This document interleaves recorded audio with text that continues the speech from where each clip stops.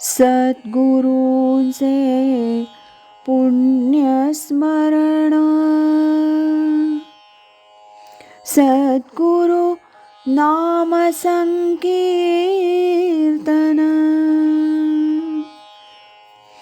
सद्गुरु गुणानुवाद गान, श्रवण मनन सद्गुरूंचे, श्रवण मनन सद्गुरूंचे.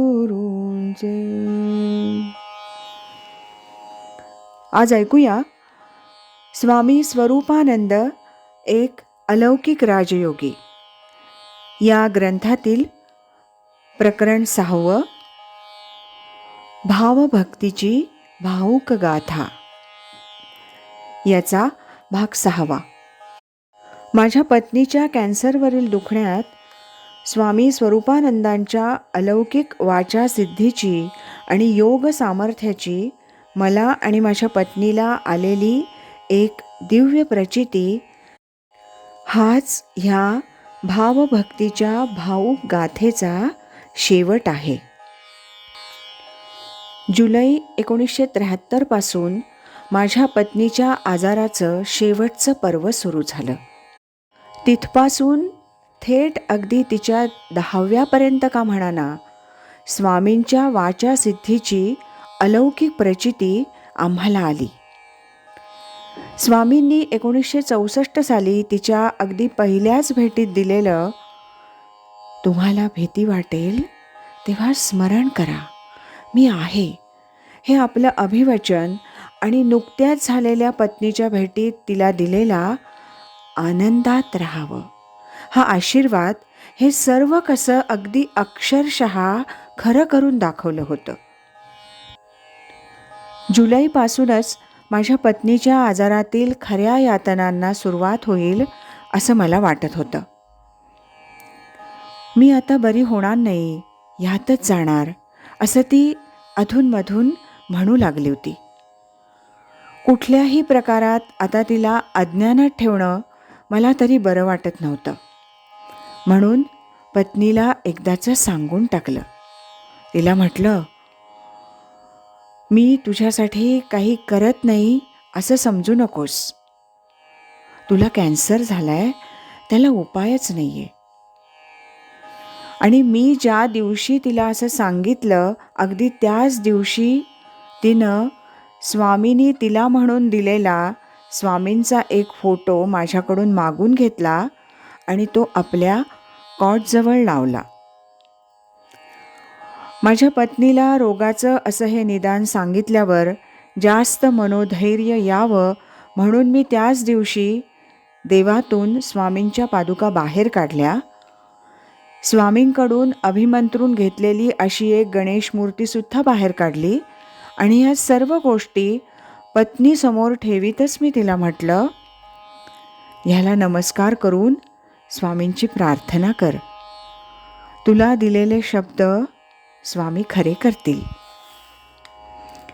तदनंतरच्या काळात माझ्या पत्नीच्या रोगाचा भर वाढतच चालला होता. अशा सर्व परिस्थितीत सुद्धा तिला डॉक्टरांनी सांगितल्याप्रमाणे त्रास असा कधी झाला नाही. पोटातील 2 कॅन्सर तिनं स्वामी कृपेनं सहज लीलया असे पचवले होते. ती कधीही ओरडली नाही, तिनं कधी बडबड, त्रागा, आरडाओरडा असं काही केलं नाही. डॉक्टरनी सांगितल्याप्रमाणे तिला कधी इंजेक्शन वगैरे असं काहीच द्यावं लागलं नाही. पुढे पुढे तर माझी पत्नी स्वामींच्या अखंड चिंतनात अशीच असे. मोठ्या आनंदात बोले, मुलांशी निरोपाच्या गप्पा मारे. तिच्या त्या गप्पा ऐकत असता आम्ही सर्व दुःखानं अगदी हेलावून जात असू. असं सर्व घडत घडत जुलै महिना मावळला आणि ऑगस्ट 1973 उजाडला. पत्नी म्हणायला लागली, आता मात्र खूप यातना होत आहेत, सहन होत नाही, स्वामींचीच प्रार्थना करते. असं ती म्हणायची आणि दिवसभर पुन्हा आनंदातच असायची. भेटीस येणाऱ्या जाणाऱ्या नातेवाईकांशी हळूहळू बोलायची. ऑगस्ट 1973 श्रावण वद्य प्रतिपदेपर्यंत इतरांच्या भेटी घ्यायचं असं तिचं काम तिनं जवळजवळ संपवलं होतं. 15 ऑगस्ट 1973 पासून म्हणजे श्रावण वद्य प्रतिपदेपासून माझी पत्नी स्वामी स्वरूपानंदांशी पावसला एका दिव्य संपर्कात अशी असावी अशी माझी खात्री आहे. बुद्धिवादी आणि अश्रद्ध मंडळींना हे पटणार नाही. स्वामींशी पावसला असणाऱ्या ह्या तिच्या दिव्य संपर्काबद्दल आमच्या वाड्यातील सर्व मंडळींनी सर्व गोष्टी पाहिल्यात. 15 ऑगस्ट 1973 रोजी वाड्यातील सर्व मंडळींना ती म्हणाली, आता पावस होऊन स्वामी सांगतील तसं करायचं. मला मध्येच म्हणायची, स्वामींची पूर्ण प्रचिती आली, त्यांचे पाय सोडू नका. श्रावण वद्य प्रतिपदेपासून स्वामींच्या शब्दातच आणि हळूवार अशी ती बोलायला लागली. मला स्वामींसारखं भट म्हणून हाक मारी. माझ्या मोठ्या मुलाला स्वामींसारखंच श्रीराम म्हणून हाक मारी. यापूर्वी तिनं त्याला या नावानं अशी कधीच हाक मारली नव्हती. त्याला ती बंडा असं हाक मारीत असे. श्रावण वद्य तृतीयेला म्हणजे 17 ऑगस्ट 1973 रोजी सायंकाळी स्वामींच्या फोटोला हार आणि बेल वाहून तिनं बसून अशी प्रार्थना केली. नंतर फोटोकडे पाहून मला म्हणाली, स्वामी सांगतायत आज श्रावण शुक्रवार आहे. 5 सुवासिनींना हळदी कुंकू दे. पत्नीचं हे बोलणं ऐकून मी तिला विचारलं, अगं मग कुणाकुणाला बोलवू? वाड्यातल्या देशपांडे, करमरकर, पटवर्धन इत्यादी 5 सुवासिनींची नावं तिनं घेतली. त्याप्रमाणे मी त्या 5 सुवासिनींना त्या दिवशी हळदी कुंकवाला म्हणून बोलावलं. एखाद्या सुवासिनीला कुंकू लावताना मध्येच माझी पत्नी म्हणे, मालती काकू, आता स्वामी मला म्हणतायत निघावयाचं, म्हणून निरोप घेते. माझ्या पत्नीचं असं हे सर्व बोलणं ऐकून आम्ही सर्व अगदी थक्क व्हायचो. त्याच दिवशी रात्री माझ्याशी ती निरोपाचं असं सर्व बोलायला लागली. मुलं सोडून पावसला सारखं जाऊ नका, मुलांकडं लक्ष द्या. शनिवारच काटते की काय कोण जाणे. स्वामींना सांगितलंय रविवारी चला. पत्नीचं असं हे सर्व निरोपाचं बोलणं ऐकून मला रडू कोसळायचं. त्या दुःखावेगातच त्या रात्री मी तिला म्हणालो, स्वामी कृपेनं तू लढाई जिंकली आहेस, आता मला आशीर्वाद दे, नाहीतर मात्र शेवटी गळपटेन. असं म्हणतच मी माझ्या पत्नीचा उजवा हात माझ्या डोक्यावर ठेवला. शनिवारी 18 ऑगस्ट 1973 रोजी माझी पत्नी संपूर्णतः स्वामींच्या चिंतनात अशीच होती.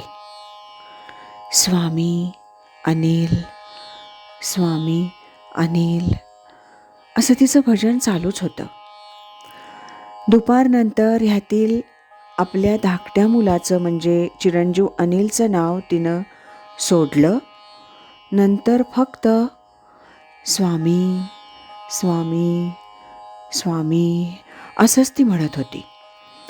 सायंकाळी तिनं वाड्यातील सर्व तरुण मुलांना म्हणजे मोहन करमरकर, दत्तू गुळुंजकर इत्यादींना बोलावलं आणि सांगितलं, उद्या रविवार आहे म्हणून कुठं जाऊ नका, यांना मदत लागेल.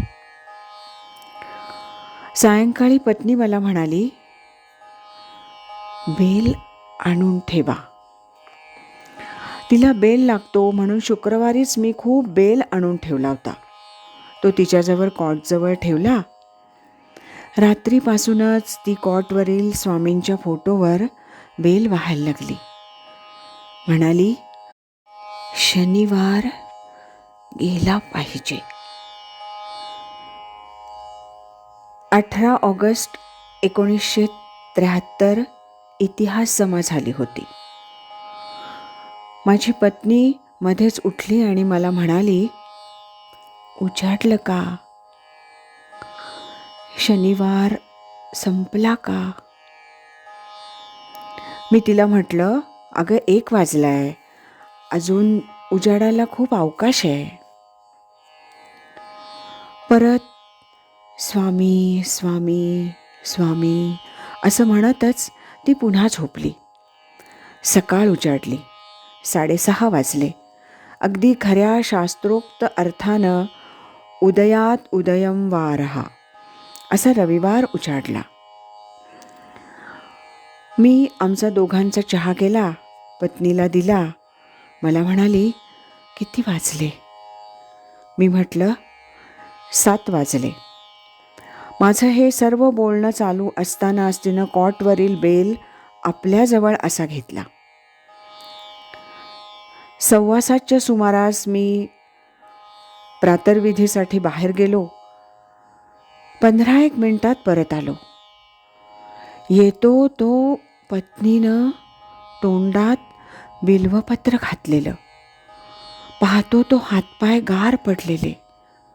मी आमच्या मालकांचा मुलगा मोहन करमरकर याला बोलावलं. त्याला म्हटलं, मोहन जरा बघ रे. सर्व संपलं होतं. स्वामी स्वरूपानंदांच्या भावभक्तीच्या माझ्या पत्नीच्या त्या भावूक गाथेचा 19 ऑगस्ट 1973 रोजीच प्रचितीचा असा एक गोड शेवट झाला होता. माझ्या पत्नीला स्वामी स्वरूपानंदांनी दिलेली अभिवचनं अशा प्रकारे निखालस अशी सत्य ठरली होती. धर्मशास्त्राप्रमाणे लागणारे असे माझ्या पत्नीचे नंतरचे विधी सुरू होते. त्यातच पत्नीचा 10वा दिवस झाल्यावर एक दिवस पावस होऊन स्वामींचं सांत्वनपर असं मला एक पत्र आलं. त्यात स्वामींनी मला लिहिलं होतं. पण हे स्वामींचं पत्र मला ज्या दिवशी मिळालं त्याच दिवशी एक ज्येष्ठ ध्यानयोगी आणि माझे नातेवाईक उपनिषद तीर्थ श्रीयुत द वा जोग माझ्या घरी समाचारासाठी म्हणून आले. मला म्हणाले, सांगू नये पण सांगतो, योगशास्त्रदृष्ट्या असं होण्यास वेळ लागतो असं म्हणतात. पण तुमच्या पत्नी चांगल्या ठिकाणी गेलेल्या पाहिल्या. त्यांना मी म्हटलं, आम्हाला कळत नाही, स्वामी हेच आमचं प्रमाण. असं म्हणून मी त्यांच्या विचारांशी मिळतं जुळतं असं स्वामींचं हे पत्र त्यांना दाखवलं. त्या पत्रात लिहिलं होतं, तुमच्या पत्नी चांगल्या प्रवासास निघाल्या आहेत.